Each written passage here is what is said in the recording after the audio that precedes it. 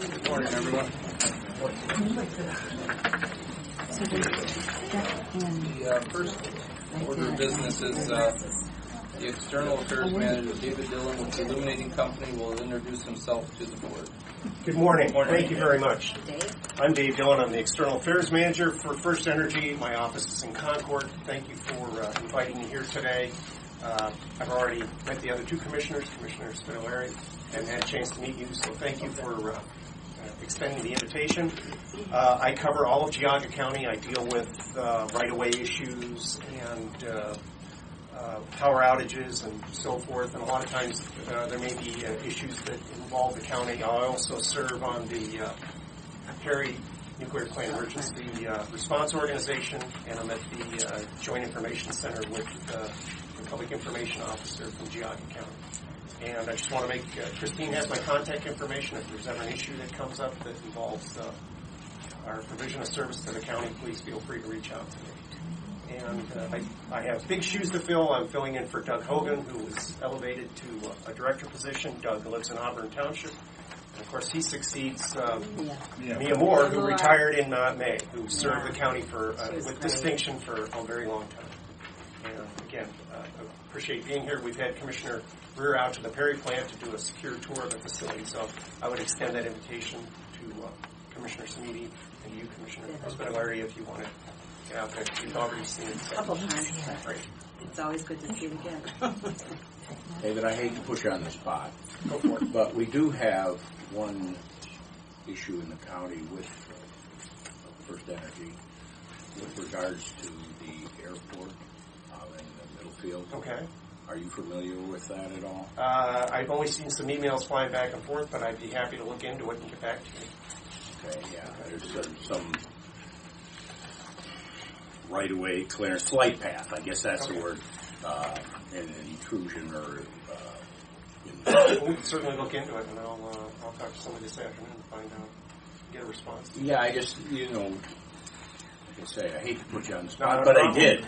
Yeah, so... We made it. Yeah, but I hated it. Those are the kind of issues I deal with on a daily basis, so I'll be happy to respond. And thank you very much. And I have a meeting actually out in Montville Township I'm going to head to, but in between I'll look into that and get back to you. Thank you. Okay, great. It's nice meeting you all. Yep. All right, thank you.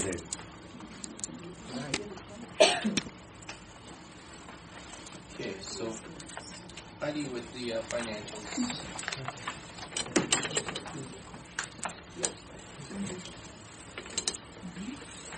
Financials today include a supplemental appropriation for the Auditor's Real Estate Assessment Fund for the Pictometry and Real Link Integration Project.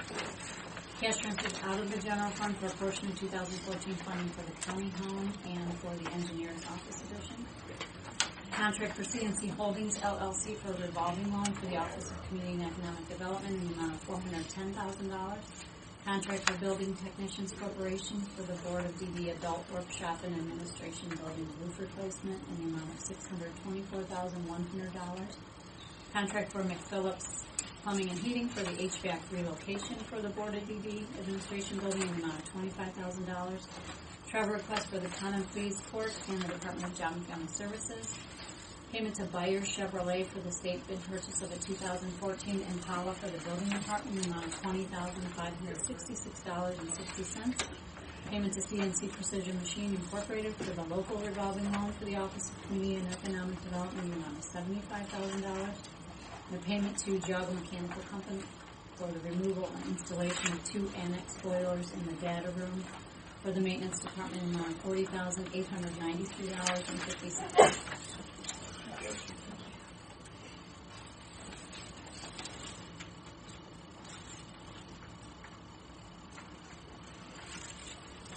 Any questions?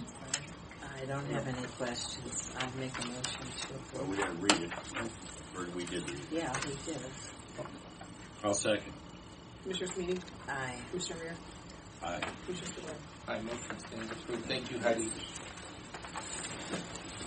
Okay, so the number 3, Commissioner's Office is requesting the Board approve and execute Resolution number 14-141, accepting the amounts and rates as determined by the Budget Commission as authorizing the necessary tax levies and certifying them to the county auditor.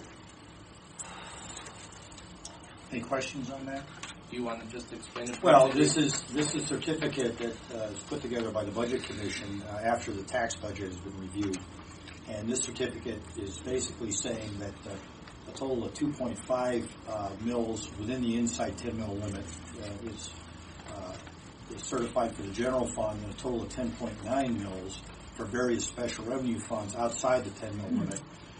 Total revenue, the estimate is $7.3 million for the general fund property tax and $26.8 million for the special revenue taxes outside the 10 mil limit. I don't have any questions. If the other commissioners don't, we have a motion. I'll make a motion. Second. Commissioner Smeedy? Aye. Commissioner Rea? Aye. Commissioner Spudler? Aye, motion stands approved. So number 3, we've got the Board of Developmental Disabilities. Steve Tucker would have been here, but he's not feeling well today, and Don Rice was otherwise engaged. Number 4 is simply going to the next step as this project commences to accept a performance bond and release the bid bond that was in place while they were bidding on the project. And number 5 is just a notice of commencement to proceed on the roof project. Okay. We have read number 4 and 5. The Board of Developmental Disabilities is requesting the board accept the performance bond and payment bond from the Building Technicians Corporation for the Messenbaum Center 2014 Adult Workshop and Administration Building Roof Replacement Project and further release the bid bond. The Board of Developmental Disabilities is requesting the board approve and authorize the President of the Board to execute the notice of commencement, aka to proceed for Building Technicians Corporation for the Messenbaum Center 2014 Adult Workshop and Administration Building Roof Replacement Project. I'll make those motions. Second. Commissioner Smeedy? Aye. Commissioner Rea? Aye. Commissioner Spudler? Aye, motion stands approved.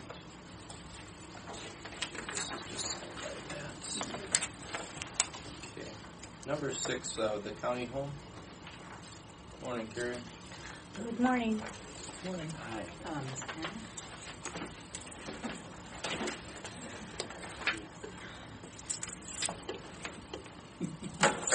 Makes me feel shorter than I am. You don't like our chair? Very low. Okay. 6 footers. So we're looking for a full-time attendant. This is just an internal application. Okay. Hopefully it's to move somebody that's a part-time person to that position. Okay. Okay? All right. And this is going to fill the one that you lost? Or is this just... It's a pending loss. How's Okay. that? It's coming out. Okay. All right. Well, nothing wrong with succession planning, so... Okay. Okay, so if we could read number 6. The county home is requesting the board grant permission to advertise internally for a period of 5 days for the position of full-time attendant number 1504 with applications accepted until 4:30 p.m. on September 26, 2014. I'll make that motion. Second. Commissioner Smeedy? Aye. Commissioner Rea? Aye. Commissioner Aye, Spudler? motion approved. And then number 7, Karen, is 2 part-time. Right, that's to backfill for the one that you're moving up to full-time and another one on a second shift that's going to college and can't work as many hours as she was. So Okay. I need to backfill it. All right. So number 7. The county home is requesting the board grant permission to advertise for the position of 2 part-time attendants number 1504-1 on 3rd shift. These positions will remain posted until filled. I'll make that motion. Second. Commissioner Smeedy? Aye. Commissioner Rea? Aye. Commissioner Spudler? Aye, motion approved. Thank you, Karen. Thank Have you. a good day. You too. Bye-bye. Bye-bye now. Okay. Okay, number 8 is the Community and Economic Development.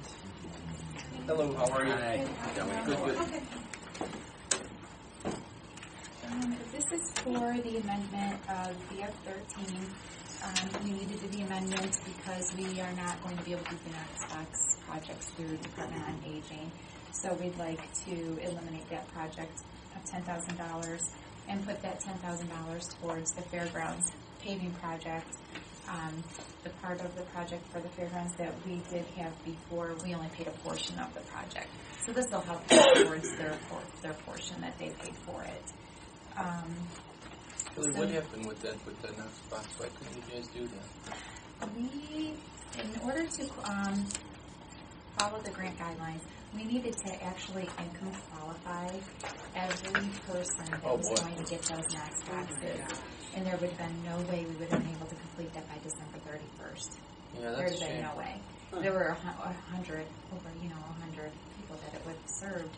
So, and another issue we had was there weren't that many homes that were readily available to have those. So again, we couldn't fulfill that by December 31st. And we're not allowed to use the money to, I guess, stockpile equipment, if you want to call it that way. They didn't look at it as equipment like we would hope they would. They looked at it as home repair. That's So, unfortunate. Yeah, we weren't able to follow underneath those guidelines. So that's where we are asking for the amendment for BF13 today. Okay. If there's no questions, then we could read number 8. The Office of Community and Economic Development is requesting the Board approve and authorize the President and Board to execute a letter to Mike Heiler, Office Chief, Ohio Development Services Agency, Department of Community Services, requesting to increase project number 1, Activity 1, parking facilities from $20,000 to $30,000, decrease and eliminate project number 3, Activity number 4, home repair from $10,000 to 0, and extend the BF13 1AZ-1 for a 6-month period through May 2015. Make that motion. Second. Commissioner Sweeney? Aye. Commissioner Rea? Aye. Commissioner Spudler? Aye, motion approved. Thank you. Thank you. Good morning, Anita. Good morning.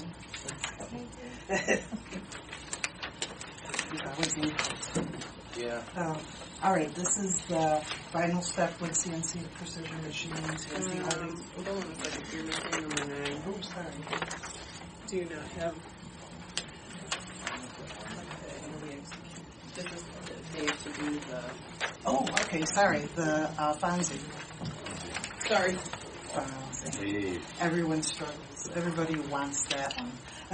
This is the release of funds request to the state of Ohio in regards to part of the projects that are coming up in the next allocation formula, but it's primarily Thompson that's in there right now. We have to send it to the state. We advertised here. We waited 15 days, signed the form, sent it to the state. What we're requesting is the commissioners grant permission for the form to be signed and then allow authorized Dave Lair to sign it on the due date, which is September 23rd. Okay. Okay, so if we could read that. The Office of Community and Economic Development is requesting the Board to authorize the County Administrator to execute on behalf of the President of the Board, the State of Ohio Development Services Agency Office of Community Development request for release of funds, RROF, and certification for federally funded state projects in regards to program income from BF13 1AZ1 and BF14 1AZ1 for the Thompson target area. And we'll just add on to that on September 23rd, 2014. Make that motion. Second. Commissioner Sweeney? Aye. Commissioner Rea? Aye. Commissioner Spudler? Aye, motion approved. Okay, and then the other one are the final legal documents in regards to CNC Precision. The first set of documents are for the $75,000, and the second set are for the $410,000. They're basically the same documents: the loan servicing, participation agreement, mortgage, a note, guarantee of the business, Precision Machine, and personal guarantees of the husband and wife. Those are identical documents, just different monies and different rates and terms. 4%. I On the say it, I 75, can't. 36 months. And the other one is 15 years for 410. Okay, so with that, if we could go ahead and... You want to do 10 and 11 together? yeah, that's fine. Okay. The Office of Community and Economic Development is requesting the Board approve and execute the legal binding documents for the local revolving loan fund loan to CNC Precision Machine Incorporated, CNC Holdings LLC, in the amount of $75,000 for 3 years, 36 months, and 4% interest, including loan servicing letter, participation agreement, mortgage, promissory note, guarantee of CNC Precision Machine Incorporated, and personal guarantee of Alexandra Zoka and Viorica Zoki. The Office of Community and Economic Development is requesting the Board approve and execute the legal binding documents for the local revolving loan fund loan to CNC Precision Machine Incorporated, CNC Holdings LLC, in the amount of $410,000 for 15 years, 180 months at 3.25% interest, including loan servicing letter, participation agreement, mortgage, promissory note, guarantee of CNC Precision Machine Incorporated, and personal guarantee of Alexandra Zoki and Viorica Zoki. Make that motion. Those motions. Second. Commissioner Sweeney? Aye. Commissioner Rea? Aye. Commissioner Spudler? Aye, motion approved. Thank you very much. Thank you. Bye-bye now. Bye.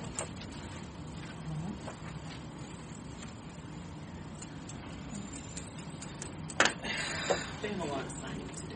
In the process here, we need, we're on number 12. We're at Department of 12, Job right. and We're on the Family right number. Services. Well, You want me to go with? Is there anybody here from GFS? Not yet, no. Do you want to just Skip over that over for to now. Department of Aging then? We'll go down to number 15. Okay. Hi, Jessica. How are you?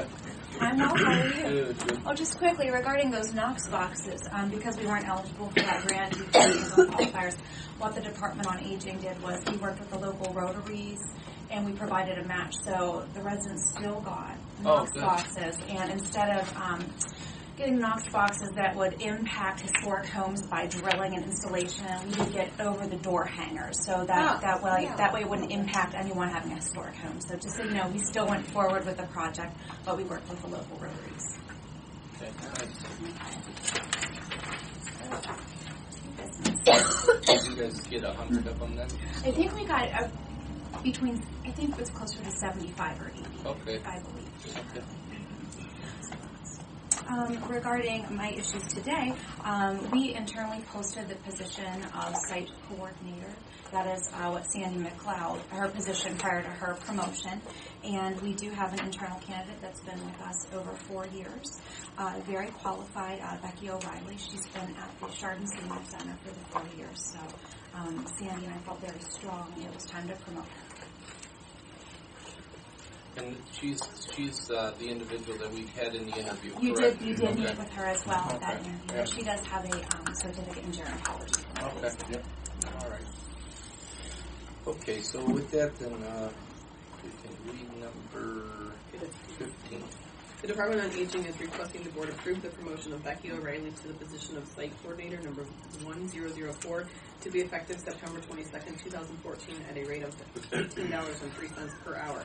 After the successful completion of a 180-day probationary period, the rate will increase to $18.97 per hour. I'll make that motion.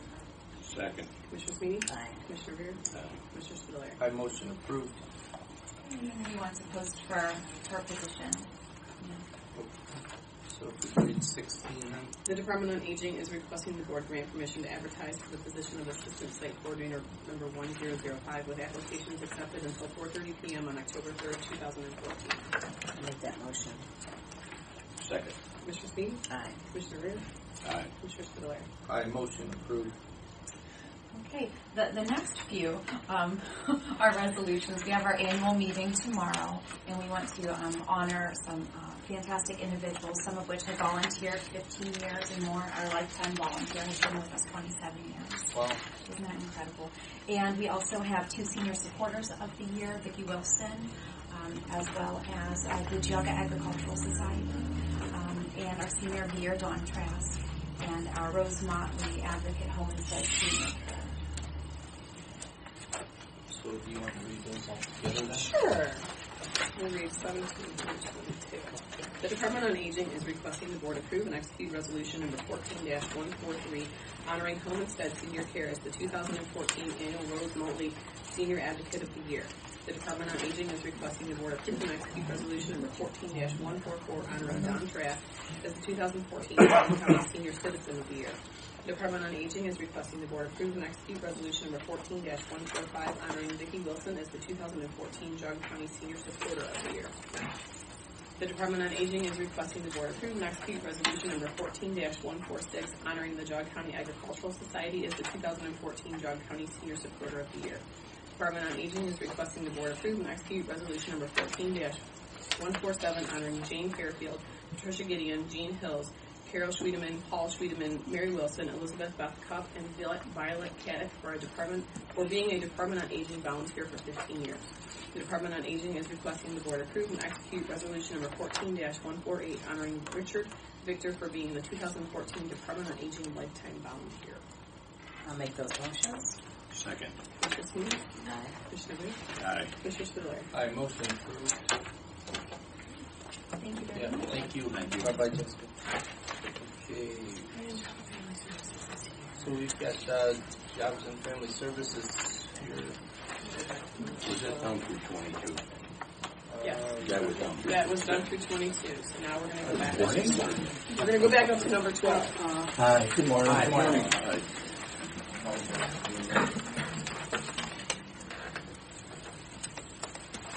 I have two contracts to bring before the board. The first one is our contract with the Common Police Court for Magistrate Services. This is an annual contract that we do to allow us to pay for magistrate services when they work on our child support cases, whether it be establishment of support or a support order.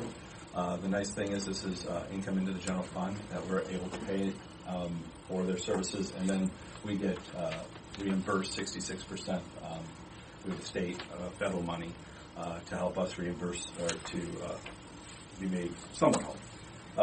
That contract is for $103.36 per hour, and we go ahead and we purchase a certain number of units. We usually overestimate that because we don't want to have to amend the contract, but we only pay for what is used, and they send us an invoice every month for the cases that they've worked on for child support services. And we are estimating 450 units of service, which is 450 hours of their time over the course of the contract year.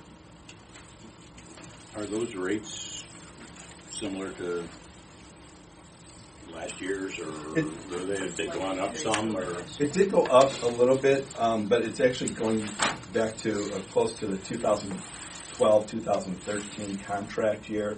At that time, we were at $104.72. Last year, it dropped to $94.08 per hour. And I think that was because of the changeover at the magistrate level, and so it adjusted some of the numbers and the formulas that we have to use to calculate the rate. Yes, and the calculation of that rate commits the child support and the court to pull in other aspects of what it actually costs providing the service. So it's not just one person. It could be so much time of clerical support or legal support. Clerk or paralegal. So it kind of tries to capture what that unit of service costs the entire sector. Okay, so you want to read number 12? The Department of Job and Family Services is requesting the board approve and execute the Ohio Department of Job and Family Services 4D contract between the Geauga County Child Support Enforcement Agency and the Geauga County Common Police Court for Magistrate Services for the period July 1st, 2014 through June 30th, 2015 in the amount of $103.36 per hour. I'll make that motion. Second. Commissioner Sweden? Aye. Commissioner Rea? Aye. Commissioner Spiller? I motion stands approved. For 13. This is a similar contract, but this one is with the prosecutor's office. Again, for them to do child support services, we utilize an assistant prosecuting attorney there, both on civil and criminal non-support matters in court, whether it be establishing attorney or support or enforcing a support order. This is for the same contract year as the contract with the magistrates, but the rate here is $58.16 per hour. Everything else applies as with the previous one. Again, as Tim has mentioned, it includes, even utilities and whatever else that is included to figure out what that unit rate is. Last year's contract was at $57.67 an hour, so it went up less than half an hour. All right. So any questions on that? So if we could read number 13. The Department of Job and Family Services is requesting the approve and execute the Ohio Department of Job and Family Services 4D contract between the Geauga County Child Support Enforcement Agency and the Geauga County Prosecutor for Legal Services for the period July 1st, 2014 through June 30th, 2015 in the amount of $58.16 per hour. I'll make that motion. Second. Commissioner Sweden? Aye. Commissioner Rea? Aye. Commissioner Spiller? Aye, motion stands approved. And lastly, we've got number 14. Actually, Christy pointed this out, and it's a good idea. Remember, I think it was last week, gave me permission to work on an inter-county transfer. In other words, to go to another county agency for some funding from change of funding, or in our case, we're just going to ask for some funding for a specific need. And this would give Craig the ability to do that. Again, it's not likely that we would do that, and we would have a conversation if that were to happen, but this would give Craig to do that until a new director. Okay. So with that, we could read number 14. The Department of Job and Family Services is requesting the Board approve and execute Resolution number 14-142, assigning authority to Craig Swenson, interim acting Executive Director of Geauga County Job and Family Services, to act as the Geauga County Board of County Commissioners designee for approving inter-county adjustments or of allocated funds to be effective October 4th, 2014, until a new director is appointed. I'll make that motion. Second. Commissioner Sweetie? Aye. Commissioner Rea? Aye. Commissioner Spudler? Aye. Motion approved. And All right, we're all set then. Thank you. thank you. Thank you. I have a question, please. Judy Fallon Spots from Chesterland. I don't know who any of the presenters are, and when they come up, I know that you know them, and please forgive me that I don't know people, but it'd be nice if they would introduce themselves so the audience would know. Just asking. Okay. I'm Tim Taylor, Director of Job and Family Services. This is Paul, I'm Thank you. Thanks so much. We have like 3 minutes. That's something we've discussed too, because a lot of people, can you hear much back there or not too I much? can, but we always have to say our name and who we are, and Yeah. it'd be nice if everyone could do that for us. Okay. Thank you. I said we have the public hearing at 10:30, so I don't know if you want to just take a few minutes and just catch up for a minute and then.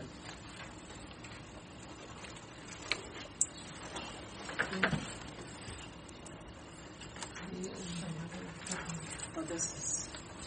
These are all resolutions.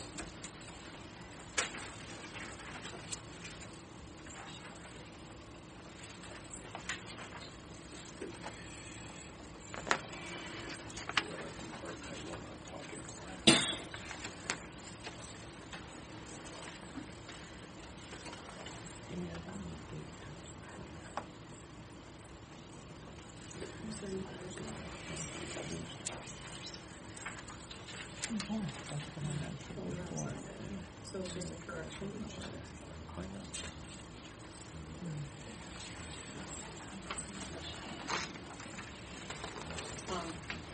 Apparently there was an adjustment made to a form that Ralph previously you approved him to sign on the 11th for the CNC precision machine.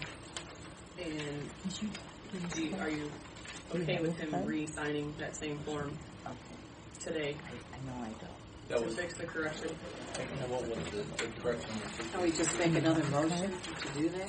Apparently, The LMI, the number of LMI jobs was not in the form, the I see. rated form. Okay. And so the state rep emailed Anita just now and said, hey, we need this, and it isn't on the signature page, we have to have it resigned.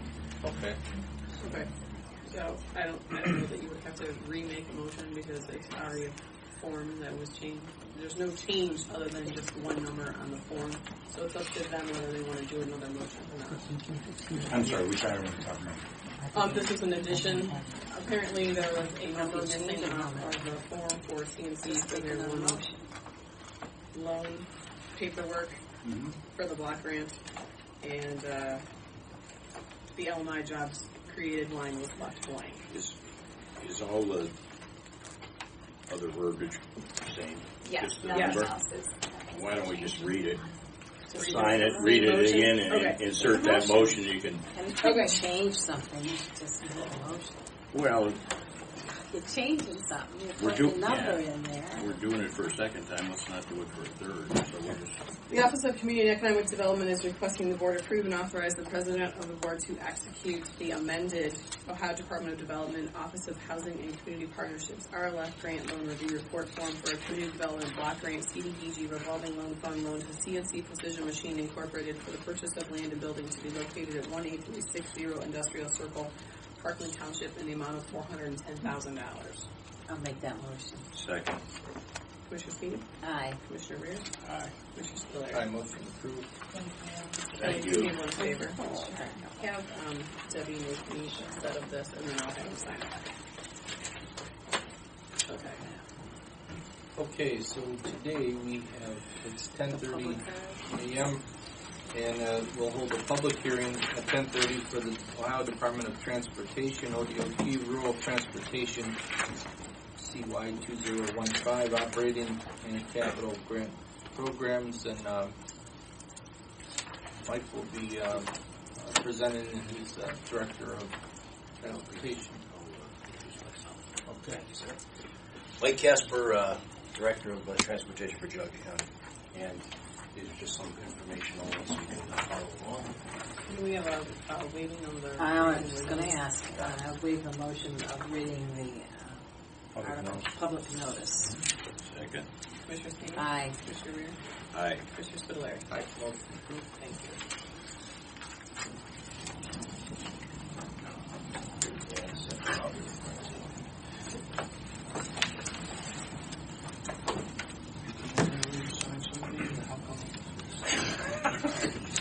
Oh, I got that stamp. Thank you. I'll stand here and present, that way you'll be facing the camera. Good, I got that. Yeah, too bad. Okay, this year, as you well know, there's been, well, you probably don't know, there's been a little bit of change in how the grants are applied for at the state. They have a new system. I know in the past we've gotten 5311 grants. That's the fund we get, Rural Transit gets its funds from the FDA, the Federal Transit Administration, and ODOT, as given to us through ODOT. This year they changed their application procedure. There's two grants you have to apply for through. One is a 5311 grant. The first one, I'll go through that. That stays the same. However, it does not take into account any of the capitalized capital items such as buying vehicles or major construction projects. So the first one, basically, if you look through it, the revenues has our revenue streams. Our state operating assistance is $153,995. E&D grants hasn't changed, $59,121. The federal grant for us, 5311 operating is, and I won't read every single number, I'll just kind of $588,000, some change. Our capitalized maintenance, $163,000. These are all revenues. Our adult fares, we budgeted. And what we did for our budget was, I'm new to this process. My budget officer is new to the process. We went back from 2009 to 2013. And we took what we thought would be, comparing all the numbers, contacting the guys at the state, the folks there that worked on these grants in the past. We took what we thought would be our most average year, which was 2013. So we based some of our budget numbers on that. Obviously, we had to have a base. And when you go through it, adult fares, $111,000. Our contract, our special transit fares, that's our aging, JFS, those kind of things, about $368,000. Advertising's in there, $2,400. Local cash, if we need it from the county, $53,145. That has not gone up. That stayed the same, and that's been approved in our tax budget.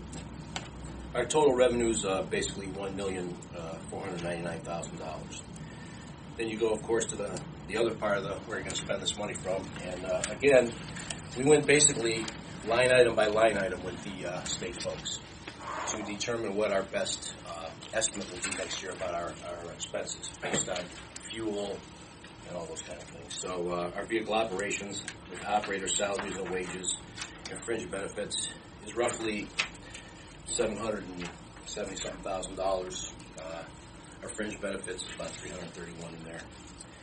Advertising fees, $1,000. Vehicle operations for technical services, that's maintenance of our software for our vehicles. We have those computerized dispatching units along with computerized fare box units. That's roughly $54,000. Our general administration, part of what the county charges us for their services, which is the auditor's office, the treasurer, that stuff's $42,000. Basically, let's see what else we have here. Contract maintenance services, general administration, we have $5,000. Other services, non-vehicle maintenance, and general administration, that's $19,000. That includes things like we plan for deductibles for our insurance and stuff like that. We have that in there, obviously. Fuel and lubricants, vehicle operation, that's all the parts, some of the parts, but mostly it's fuel. And this is where we made a big change in the previous years. If you look at the last time we had a grant application, 2009, I believe, when we had to have a public hearing. We haven't had one since then. The fuel was based on $5 per gallon diesel fuel, and they were planning roughly about 53,000 gallons for a total budget that they would expense at $260-something thousand. Going back the last 5 years, taking our actual fuel usage, multiplying that out just by gallon by what we realistically the cost has been, and it averages out to be about $3.50, $3.60 a gallon. What we could actually figure in with a little boost in there for fluctuation of the market, that's been a significant change in our expense. And instead of the $260,000 we were asking for savings expenses, $140,000. So that's where a big change came in right there. Tires and tubes operation, they do break that out. Oddly enough, repairing a flat tire is not under tires and tubes. Those are just obviously what you buy for repair, new ones. Premiums for physical damage, our insurance is $5,500. General administration of that $2,100. Vehicle maintenance for the recoveries of any vehicle losses, $4,000. Insurance premiums for public liabilities, $4,300.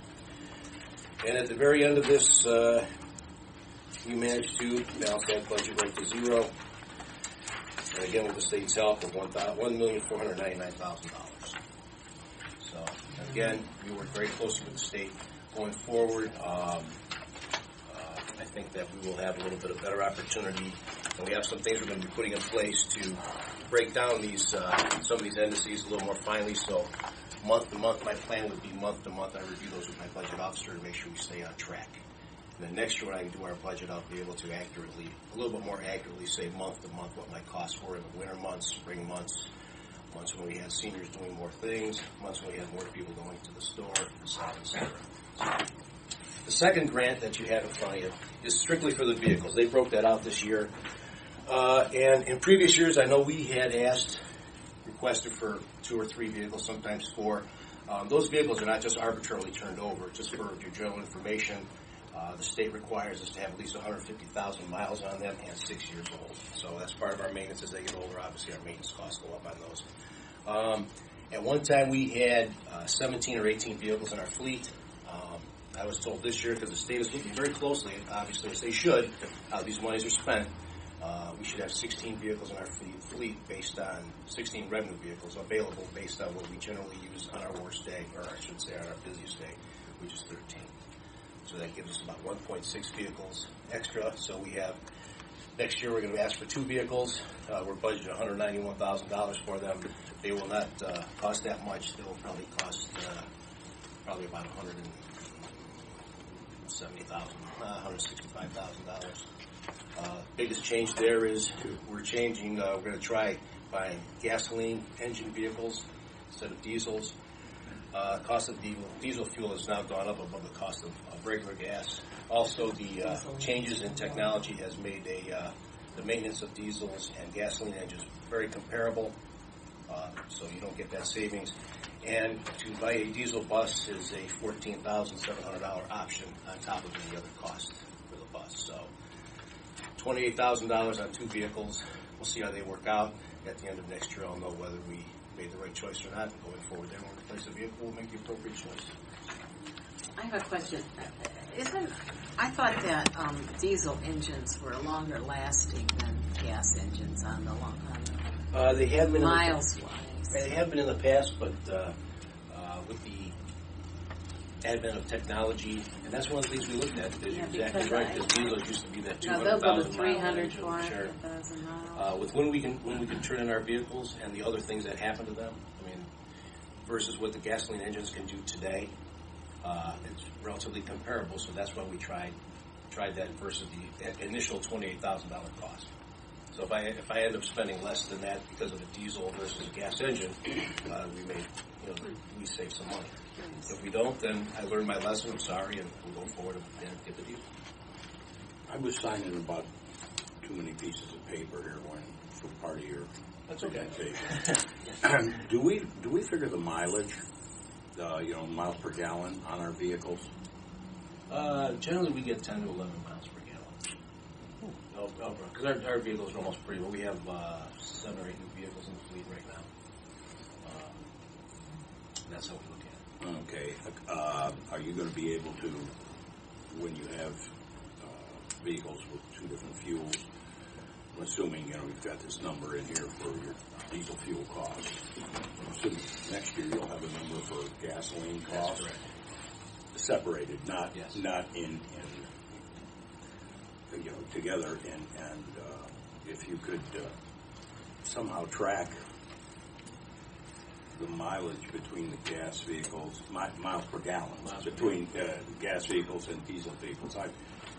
I'm not sure that makes a whole heck of a lot of difference from where we stand, other than a curiosity. No, that's a very good point. I've had tasked our mechanic, who's a ASC certified, up to date with all certifications mechanic, so he's very able to work on both diesel and gas vehicles from General Motors and Ford, which is why we buy American. That's one of the things we're tracking, since this is the first time we've had 2 gas vehicles, is exactly why we're going to try to track all those indices off to the side, how many gallons we're using per day, what types of runs they're on, and then switching those on the different types of routes that we use, so that's a fair comparison, apples to apples, as far as actual gas mileage versus a AM run versus an afternoon run, that kind of thing. So that's a very good point, and we do plan to do that. And maintenance costs, generally speaking, if you change the oil and filters, the engine's probably, the base engine should probably have similar lifestyles.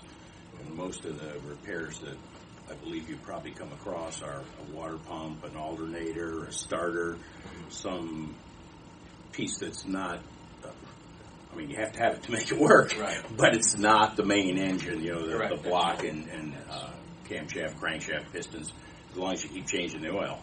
Right. That's generally what occurs. You have those, for lack of a better term, add-ons, a turbo booster that goes bad maybe, or a fuel injector you get from the factory that doesn't last 50 or 60,000 miles, it lasts 40,000 miles. Those are the kind of things. Right. The base engine itself, crankcase, transmission, those are seem to be pretty steady. So. Thank you. Sure. Okay, is there any questions? Okay, with that, then we conclude. I'm sorry, I do have one question. What is the term of this grant? 1 year. Oh, so it's a 1 year thing, so next year you'll come back and you'll be asking for the grant? We have to apply every year for a 5311 grant, and based on what they're telling me now, we have to apply every year. So it's another separate grant for the vehicles. I thought you had said that the last time you had applied for one of these grants was sometime No, ago. last time we had a public hearing for these grants was 2009. Yeah, they're changing the requirements. State was under, for lack of a better term, an audit, FTA audit, or looking at the books, however you want to put it. And they had some suggestions going forward in the market budget that we have this type of meeting, or we'll separate the vehicles from the original 5311 funding grant. So, but we have to apply every year for those. Okay, with that, we conclude this at 10:45 a.m. And that'll be it. Thank you. Thank you. Appreciate it. Thank you. Thanks for the breakdown.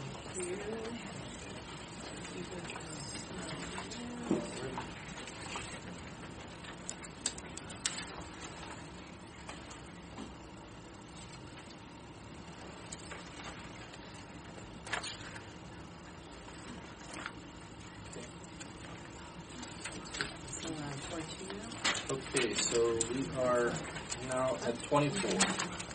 This will be the town executive, Bobby Joe Warren from Top Management. Good morning. Good morning. This is Bobby Jo Warren, the Client Services Manager from Top Management, and I'm Kathy Hostetler, the Human Resources Specialist. All right. Hello. Hi, good morning. Good morning. How are you? I'm well, thank you.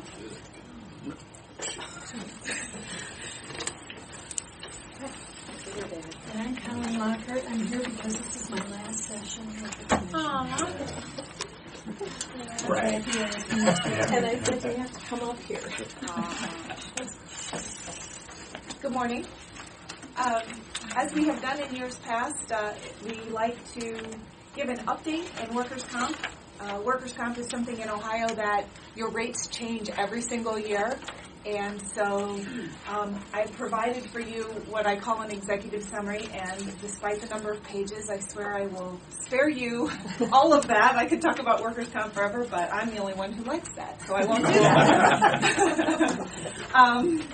There are a couple of noteworthy points going on in the world of workers' comp right now that will impact the county.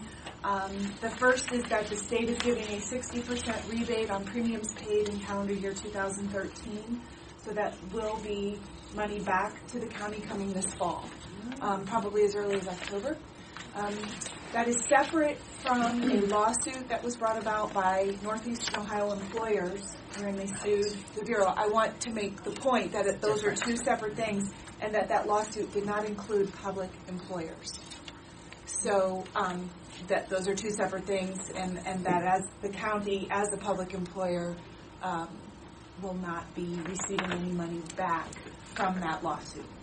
So that was the only point I wanted to make there.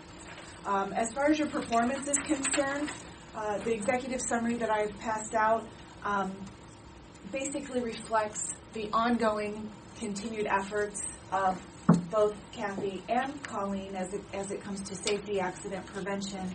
And what I'd like to point out to you is that overall frequency of claims, which means the number of injuries that are occurring, is down 9%, comparing 2011 to 2013.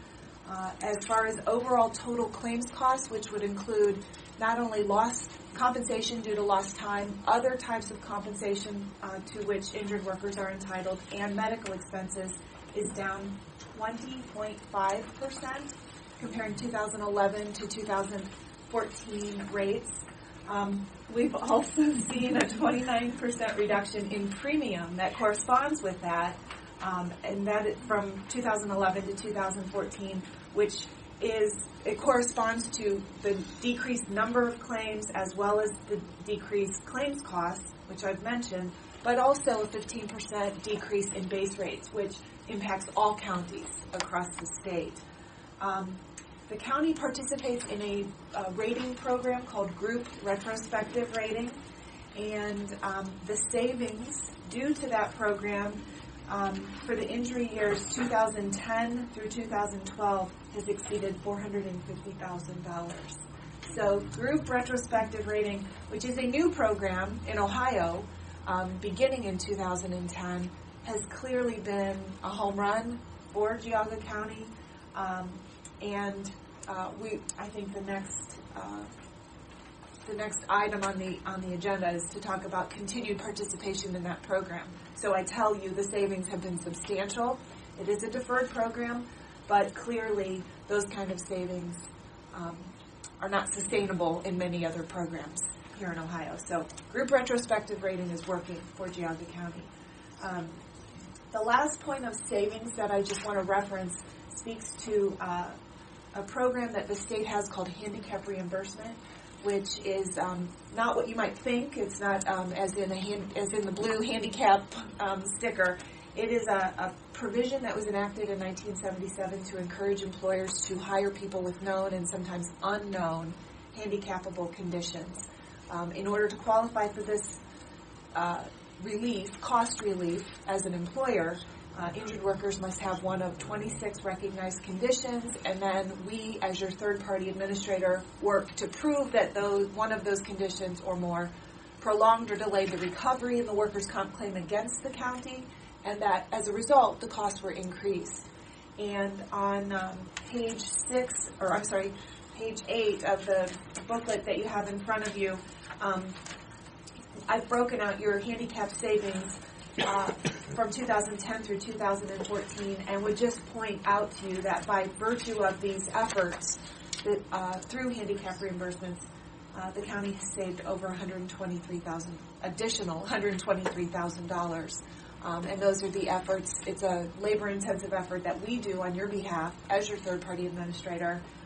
And it should be noted that the handicap reimbursement provision in no way impacts your injured workers' ability to receive money, to get treatment, or anything like that. It's solely a cost relief provision for the employer. And so it's just an additional way that we're helping the county save money. So that's all I have. That's my summary on the executive summary. If you'd like me to talk about the next item on the agenda, should I move on to that, or should I wait? Any questions? Or I was just figuring out the percentage of our budget what comps is. It's too early. about 2%, 1.9 of our budget. Yeah. I mean, if you look at the aggregate money that we spend, our Right. budget, and you look at how much we're spending for this, Right. you know, That's a good number to know. if you multiply. I would tell you that a lot of other counties, while I haven't done that exact calculation, I can tell you that workers' compensation is a much higher part of their budget. It's more than 1.9%. It is more than 1.9%. About 2%. Yes. 2%. If Yes. everyone wants to know. Are there any questions on that information thus far? Okay.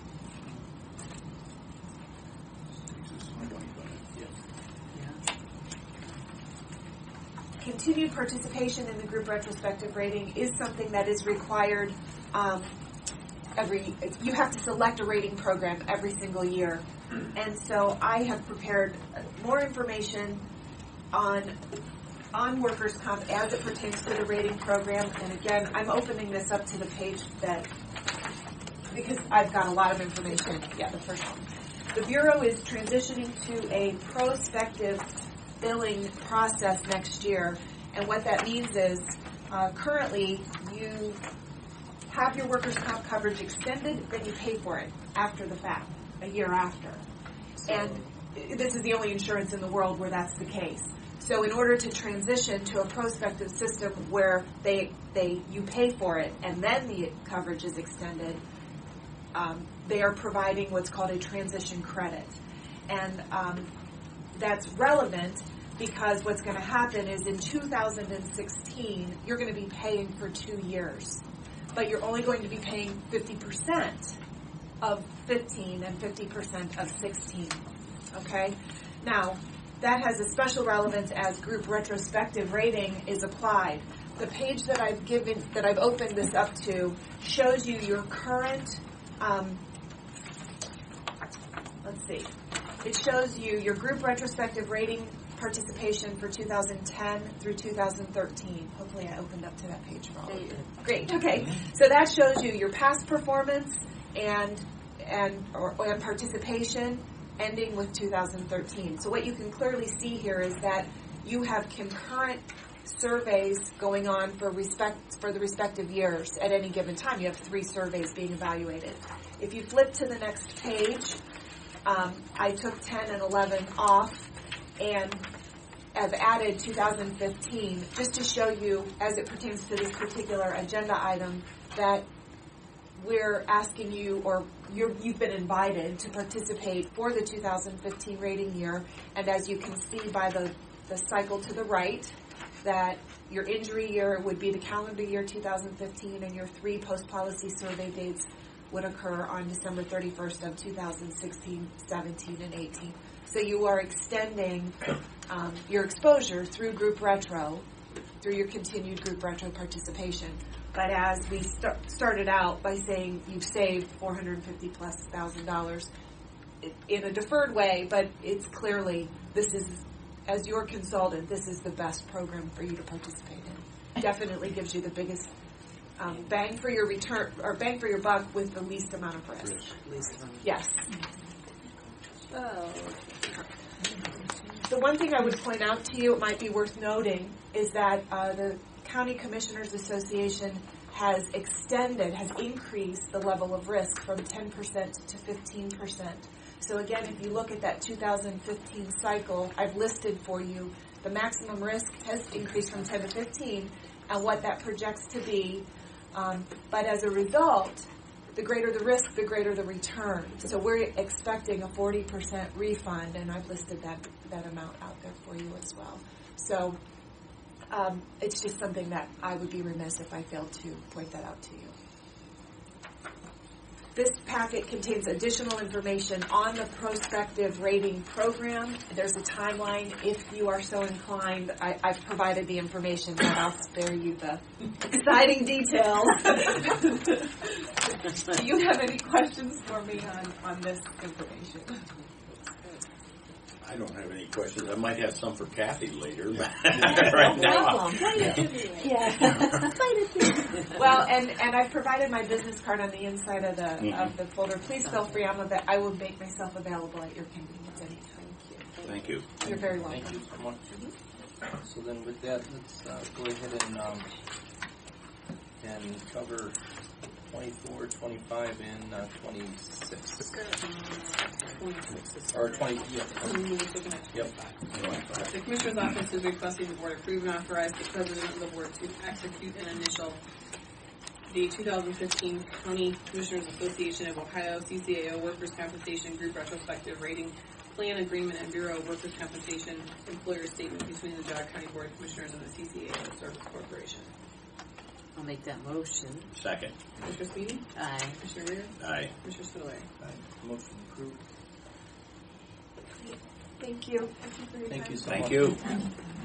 Yes, Julie Senior.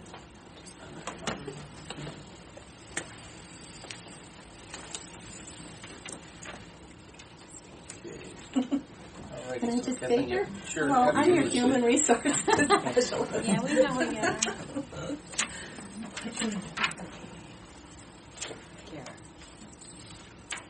Okay. Can I go ahead and talk with you? Absolutely, Okay. sure. All right, so anyway, we have some wonderful news for the county regarding healthcare renewal rates this year. For 2015, we have a renewal rate of 6.9%. Again, we are in single-digit renewals, as we have been since 2010, which is great news. And this renewal also includes the automatic 1.5% increase that the Affordable Care Act dictates. The changes that we've made and that have had to be made gave us an automatic 1.5% increase. It also includes the prescription rebates that SEVCO offers to us. So we were very pleased to get the 6.9%. We thought it would probably be higher this year. Okay, so for those employees, well, let me just hand this out first. I don't think that you've seen this. The changes in the Affordable Care Act and what has caused the 1.5% increase is due to the fact that 30 days. what they've done with prescription is now they've put a cap and a limit on that of $2,500. So what that means is that for employees out there who have really costly prescriptions and they're paying a lot out of pocket, there will be an end to that. And meaning if they reach that maximum in a calendar year, they will no longer have to pay towards their prescription coverage. So we don't want to have employees having to have such costly prescriptions, but if they do, this will certainly be a benefit to them. This was not a choice. This was absolutely an Affordable Care Act ruling. So we had to abide by that. The only other change that was made to our plan this year, again, not by the county, but by SEVCO, who requested that we raise our out-of-pocket maximum on the enhanced plan from $1,600 and $3,200 family to $2,000 and $4,000. That's in network. They felt that it would be more in line, and they were looking at all of the counties and thinking that to raise that out-of-pocket would be a benefit to the consortium, and that's what they have told us that they wanted us to do. For the basic plan, it went from $3,000 and $6,000 to $3,750 and $7,500. And that's not to be confused with the deductible. The out-of-pocket maximum is the most an employee will spend out of pocket. So in the past, it's always been $1,600. So you have a catastrophic illness, and you're in the hospital, and you're paying all the deductibles and co-pays. The maximum our employee is in for is $1,600. That has been raised to $2,000 for the enhanced. So, and that again, that change was dictated by SEVCO. Okay. Outside of that, we're proposing that the employee contribution for standard and wellness rates remain the same. There's this, I think you also have the different rates in front of you as far as the county rates and contribution rates. I'm sorry. Yeah, I know. We had that. I should have brought that with me. Copies for all of you. But that's the proposal for our health care for 2015. And I already went over the wellness initiatives by SEVCO last week. No change in rates on the dental. Right, the dental stays the same. And the waivers we're hoping to will also remain the same.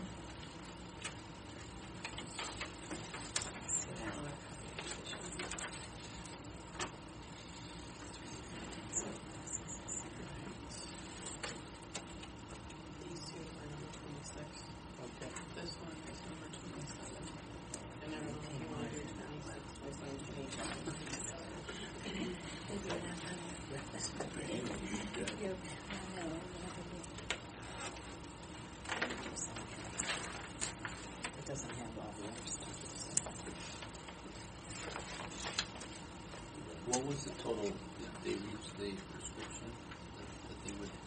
2,500. 2,500. It was capped, and that's for single though. Families is 5. Yeah, right. Family is 5. 25 single, 5 family. Right. So you pay 2,500, and then what would you pay? And nothing for the rest of the calendar year. Then you're done. It's just like when you hit your out-of-pocket maximum on the medical plan. If you hit that 1,600, you're done. You know, that for that particular calendar year. That's all you're supposed to be shelling out of your pocket during a calendar year. So. But that's not total prescription cost though. That's out of pocket. So that's an employee paying that $70 for, or $140 for the 90 day their portion of the cost. It's their portion of the cost. Portion. Right. Okay. So why don't we do this and just read these all together through 29? The Commissioner's Office is requesting the Board approve and accept the 2015 Geauga County Zebco Income Healthcare Renewal Rate Plans and Rates, the County and Employee Contribution Rates, and to further approve and authorize the President of the Board to execute the County of Geauga Enhanced Plan and Basic Plan 5A Summary of Benefits Forms to be effective January 1st, 2015. The Commissioner's Office is requesting the Board approve and execute the Zebco Geauga County Rate Renewal Acceptance for 2015. The Commissioner's Office is requesting the Board approve and accept the 2015 Geauga County Zebco Delta Dental Renewal Plans and Rates and the County Contribution Rate to be effective January 1st, 2015. The Commissioner's Office is requesting the Board approve and accept the 2015 Geauga County Employee Waiver Rates to be effective January 1st, 2015. I'll make that motion. Second. Commissioner Smeedy? Aye. Commissioner Rea? Aye. Commissioner Spillier? Aye, motion is approved. Thank you. Thank you. We're holding for January. Yeah. December.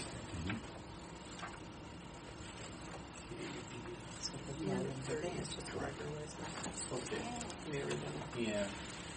The Commissioner's Office is requesting the Board concur with Bainbridge Township trustees and not requesting a hearing on the liquor license requested by Angel Campos LLC doing business as Coyotes Mexican Grill and Cantina, located at 8535 Tanglewood Square, Unit T7A, Sugar Falls, CMU 0212490.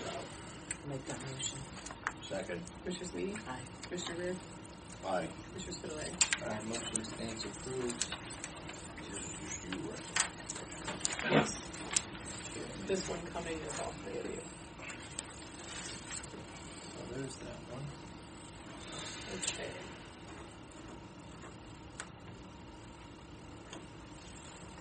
Okay, so number 31, we've got a presentation for Tim Taylor for a resolution here.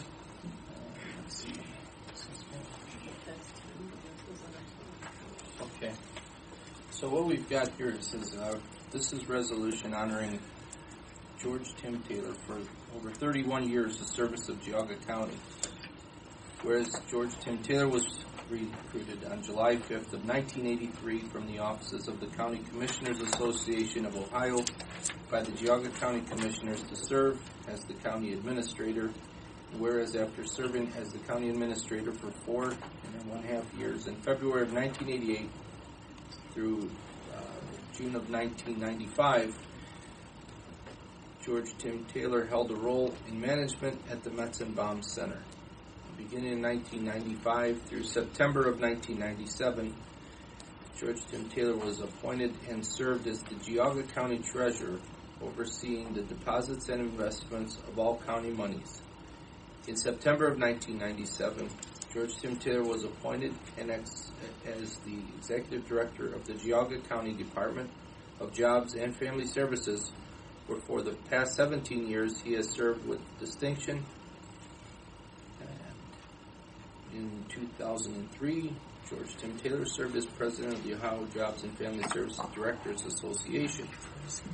George Tim Taylor has used his extensive knowledge, professional hearing, calm demeanor, and exceptional dedication to help the Geauga County Department of Jobs and Family Services operate efficiently, effectively, in a supportive manner of the many Geauga County residents who have needed a hand to aid them and their families in times of need, advocating for children and elderly, supportive of efforts to provide medical, food, and heating assistance, as well as with job search, placement, and business services, all the while being recognized by the state of Ohio and peer agencies as one of the very best job and family services organization in the state.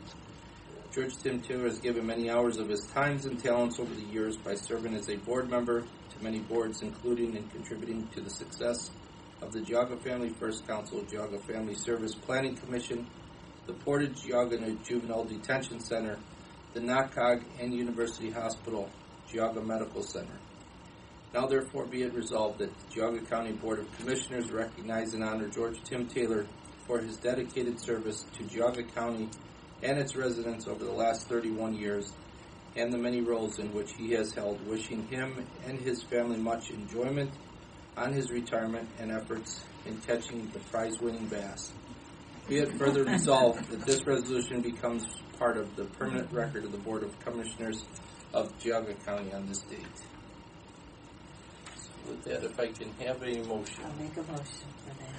Second. Commissioner Smeedy? Aye. Commissioner Reer? Aye. Commissioner Spudler? Aye. Motion stands approved.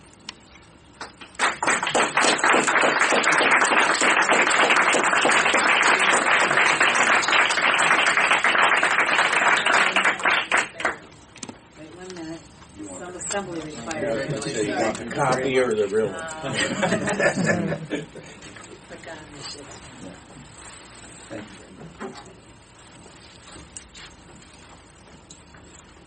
Tim, would you like a chance to give a few words? Well, the first board that I was hired by was Edna Davis, Tony Gall, and Jimmy Wood. And our office, our board session was over in what is now the juvenile court, But been a lot of changes in Geauga County through that time. But I had had the great pleasure and honor to work with so many wonderful people. And that's what I'll take from the job is the people I've worked with and what a good place it's been, because it really has been fortunate for me to have that opportunity. So thank you very much. Thank you for your service. Wait, Tim.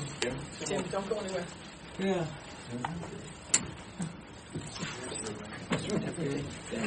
Congratulations. Thank you. Got the dates right and everything. We tried. Forward to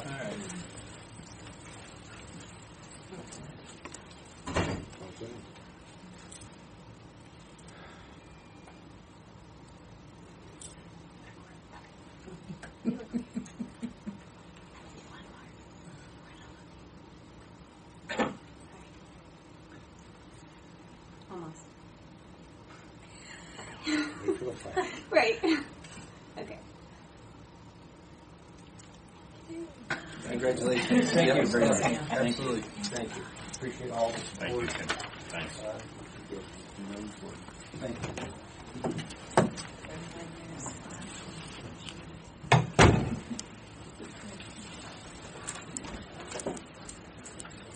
Okay, so the next resolution is going to be for Colleen Lockhart. Resolution honoring Colleen Lockhart for over 23 years of service to Geauga County.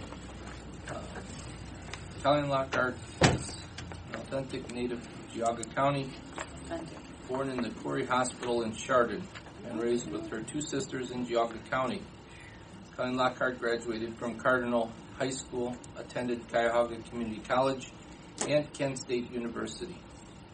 Colleen Lockhart worked at Johnson Rubber and Connecticut Incorporated before she began working as administrative secretary at the Geauga County Sheriff's Office in August of 1991.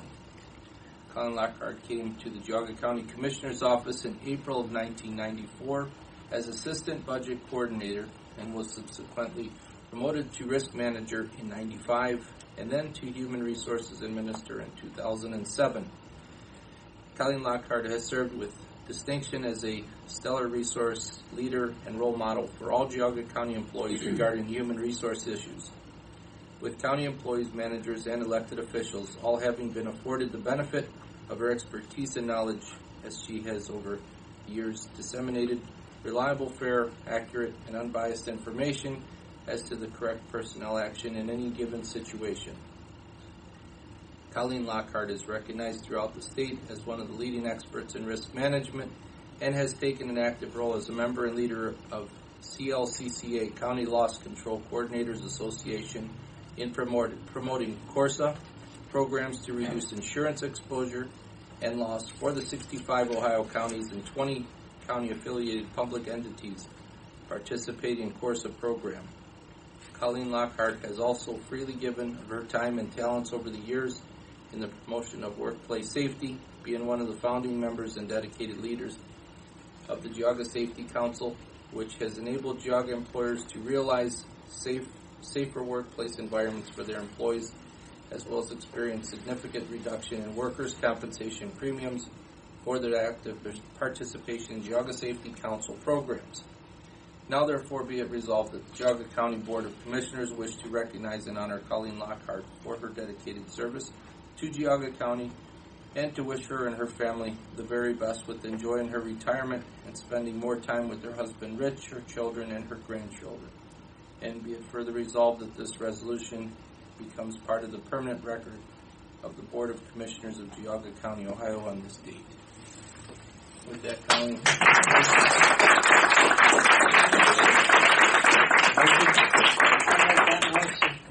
Second. Commissioner Sweetie? Aye. Commissioner Rea? Aye. Commissioner Spiller? Aye. Motion approved.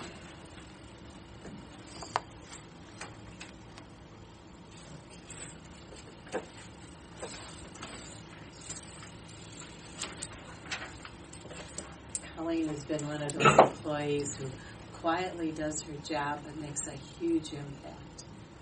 She's always kept us straight on everything. In the time when there was the unions problems in the beginning, I remember when we first came on board and all of the issues that she always seemed to have the good advice for us. Well, you follow the Ohio Revised Code. And you can't go wrong, even if you don't agree with it. Exactly. But it has been. You have been a voice, quiet but strong. I always would say, coming from the private sector, I want to do things in a private sector way. And when Colleen's eyebrow would start to raise, I'm like, okay, I know I'm in trouble. So Colleen has kept me out of trouble. I appreciate it. All right. Congratulations. Thank you. Yes, here.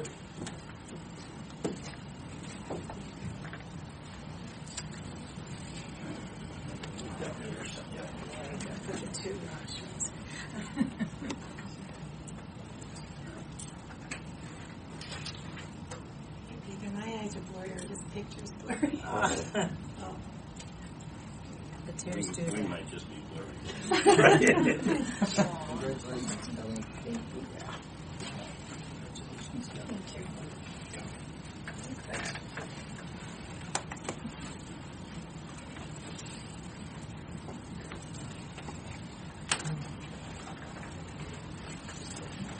Unfortunately, good employees are not like boats, where you've got the two happiest days, when you buy it and when you sell it.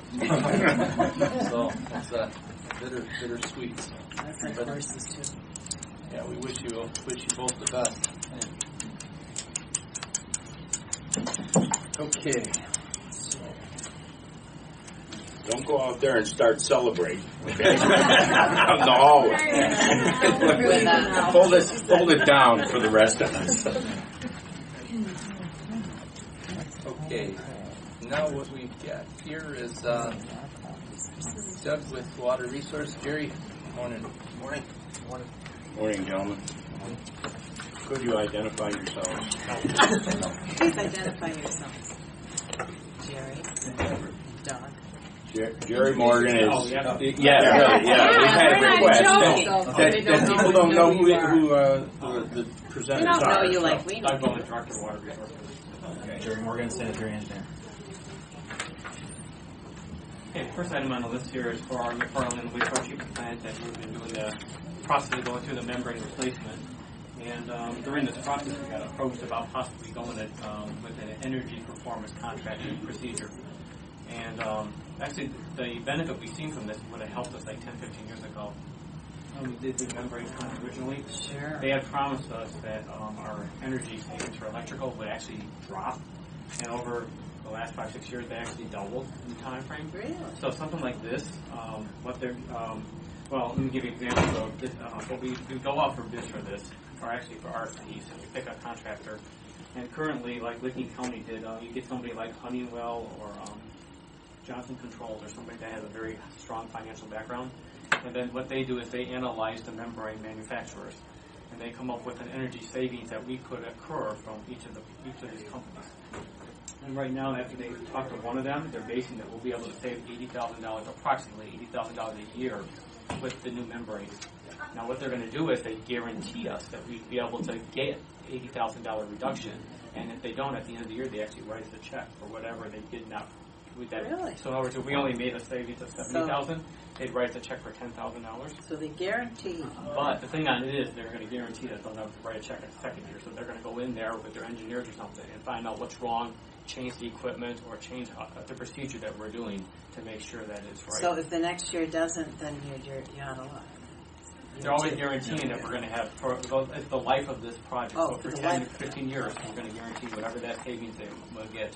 So now when we interview these people, after we pick what we have, then we come up with a contract and they give us their procedure. And we can reject them all if we want. We can just go back to bidding our normal procedure if we want. They're strictly a consultant. They're not tied in with any supplier anywhere where we don't make it the first year, and the second year we end up buying $100,000 worth of equipment that we may or may not have needed to save $10,000.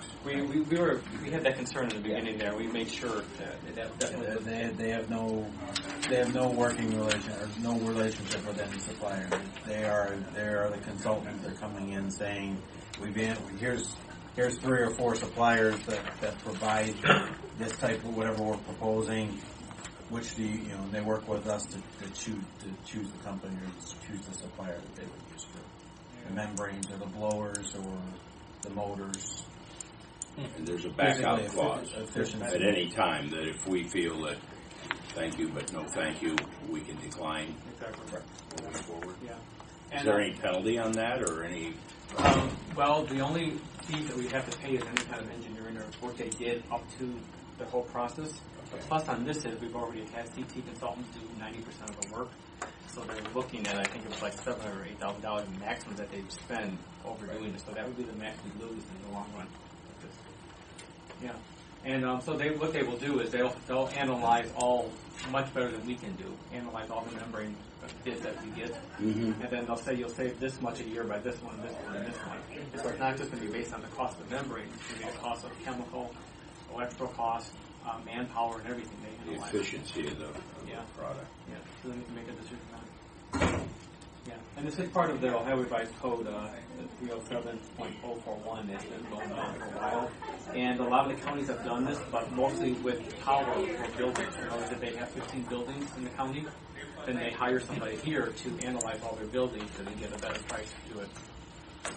So no one's ever done it here as far as accounting for wastewater, even though the cities in the state have done it, but not accounting. I'm not sure. We had done something like this at Chardon Schools a number of years ago with the energy consultants or something like that. You did it with furnaces, I remember. Yeah, and they went in and they gave us all these things that if you do this, you're going to save this much money and so on.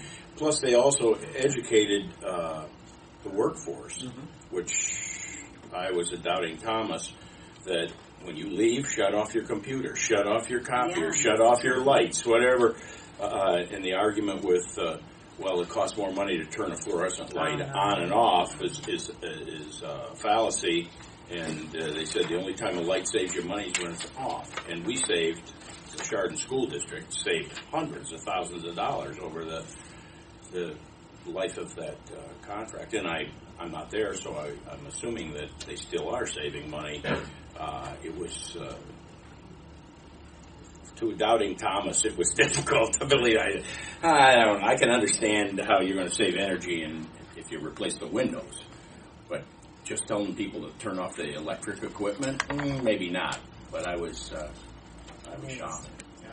So if that's similar to this, It is. They'll work with our guys too, and they have operators and things like that come in and say, "Hey, look at this. This may be a way to do something a little more efficiently than what you're doing right now." So it's that. Always when you have that third party come in and look at something, the people who are there doing it every day don't necessarily think, "Oh, maybe I should do it a little bit differently." It's that third party coming in and saying, "Hey, if you did this, a little bit differently, if you it can make a difference." So fresh set eyes. Correct. Okay. So if we could read number 23. The Department of Water Resources is requesting the Board grant permission to advertise for intent to request proposals qualifications for the installation of the energy conservation measures for the McFarland membrane improvements pursuant to ORC 307.41 to be advertised on September 19th, 2014, September 26th, 2014 on the county website. Second. Commissioner Stevens? Commissioner Reer? Yes. Commissioner Spudler? Aye. Motion approved. And just one last look. The other day we did something, we've been trying to be innovative structure. The other day we actually had a reverse auction, and we had it was in our office there. We sat there at the computer screen and watched 5 different electrical companies bid on all our electrical costs for all our treatment plants.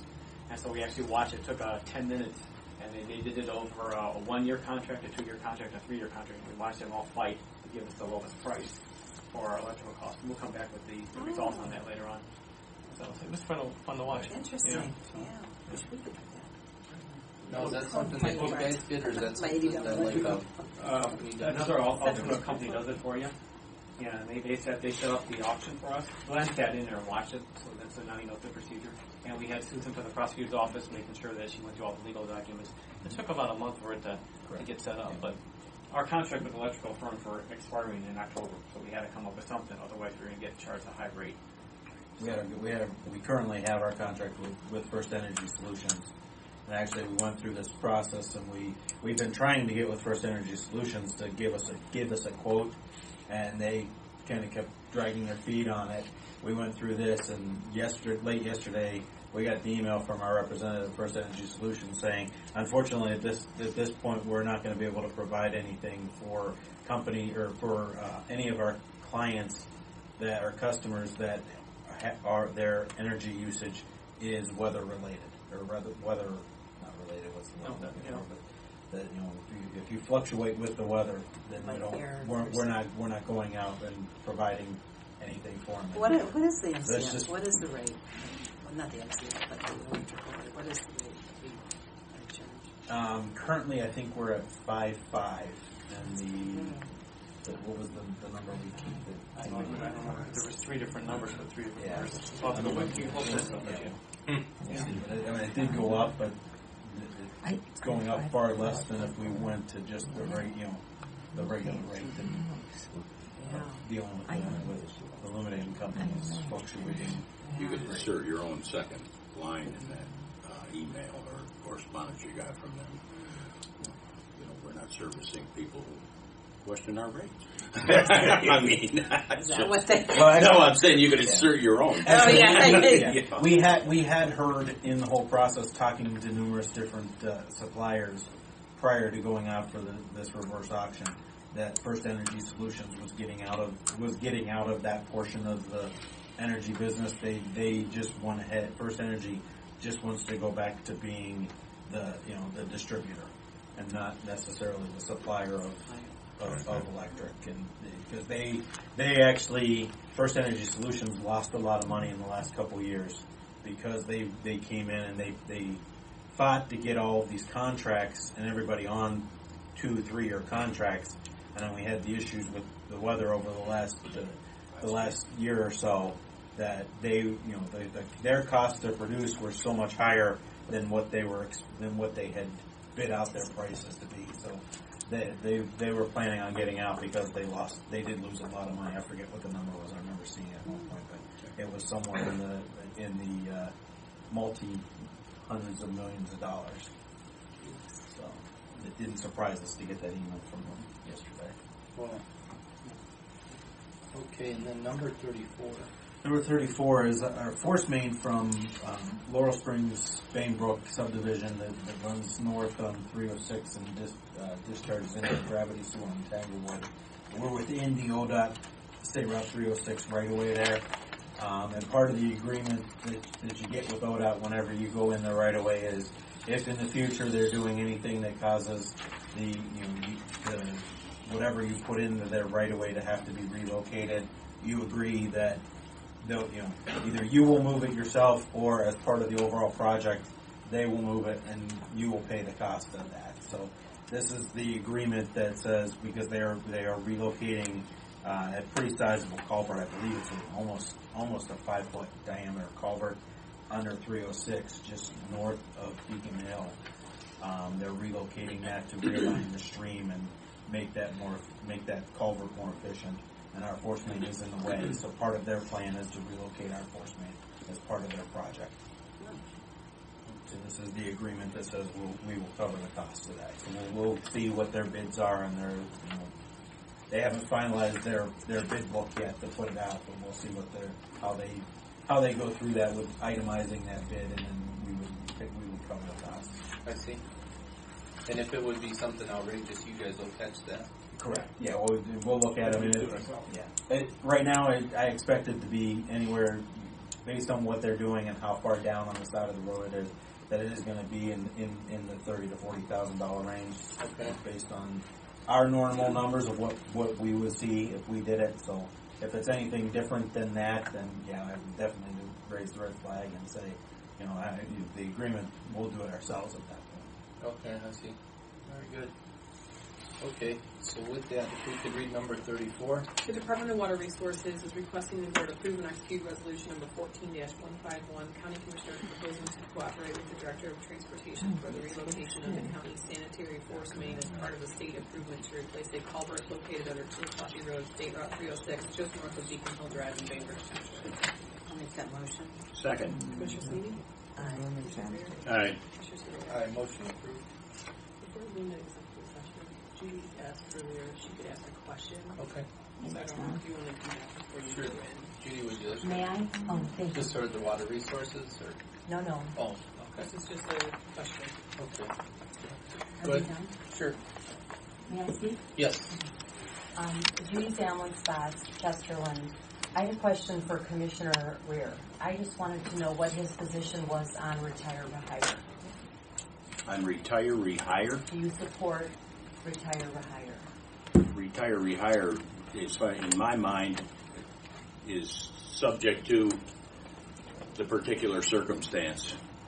If you've done your homework and you've been fortunate enough to do succession planning, where you've brought someone along in a department that can assume the job of the director, then I would favor that we promote the younger person into that spot. And I have said that since beginning one, that succession planning is big on my agenda. If for some reason there is no opportunity to do succession planning, then it becomes a case-by-case situation. If you advertise and there's someone that can come forward and step into the job and keep it running, that would probably be my preferred option. If not, then we still have to keep the operations running, and you may retire or hire a retiree. However, I would never be in favor of it without concessions on the part of the rehired employee with regard to vacation time, fringe benefits, possibly base salary. Some of the perks that come with longevity would have to be or should be shaved down. That's my position on it. I want to thank you for your response, and just to share with you that I don't support I do not support retire or hire, and the succession planning is a failure. I've seen it as a failure in Geauga County, where they didn't prepare someone to take over, and it ensured their appointment. So I would just wanted to share that with you, and I appreciate your response. Thank you. Thank you. I'd like to add to that in some cases in Geauga County, succession planning was in effect, and then one of the neighboring counties that has the capability to pay more than we do have come in and raided the department. I'm thinking Job and Family Services is an excellent example of that, where they had brought someone along to step in without any interruption in service and so on and so forth, and Lake County came over and dangled a whole lot of money in his face, and something that we would not have, one, been able to match, and two, the director that we had wasn't ready to retire yet. So you train somebody for that position, and we have nothing that we can do to stop them. They take a better job. That's not always been the case, but it is a case where we get pirated for people, and even in lower performing jobs, people 3-4 down the list from the top, we can't pay what the big counties can pay. They just have a larger budget, and they come in, they pluck a real high quality employee away from us, and we grind our teeth and say, well, that's unfortunate. But that's where that, you say it was a failure. Excuse me, a failure on our part. I won't disagree with that, but we don't always have the control. And I thank you for that as well. My point is, we change our president sometimes every 4 years, and the country continues to run. We sometimes treat positions in Geauga County, and we've heard it said time and again, it can't be done by anyone else. This person is irreplaceable. Everyone is irreplaceable. And in those situations where this gentleman took more money, that's his right. It's his, his prerogative. But to open it up, there's a wealth of talent available, and those situations haven't been addressed in that manner. It hasn't been opened up for fair hiring practices. It's always been just a stamp, yes, retire or hire in Geauga County. But I want to thank you for your response. Thank you for the question. Okay, so with that, what we're going to do is we're going to go in executive session, but before that, I'm just going to read off the acknowledgments. We've got the monthly inventory report, consolidated investment portfolio and obligations and securities monthly reports filed by the Treasurer's Office for Geauga for the month of August 2014, pursuant to our C135.35 subsection L. Then for our meetings, we have the commissioners will hold budget hearing meetings at 1 a.m. today, 1 p.m. On the 16th, Griffin Watershed Partners Board of Trustees meeting at 4 p.m. at Munson. 9/17, the Department on Aging annual meeting luncheon, 11:30, Notre Dame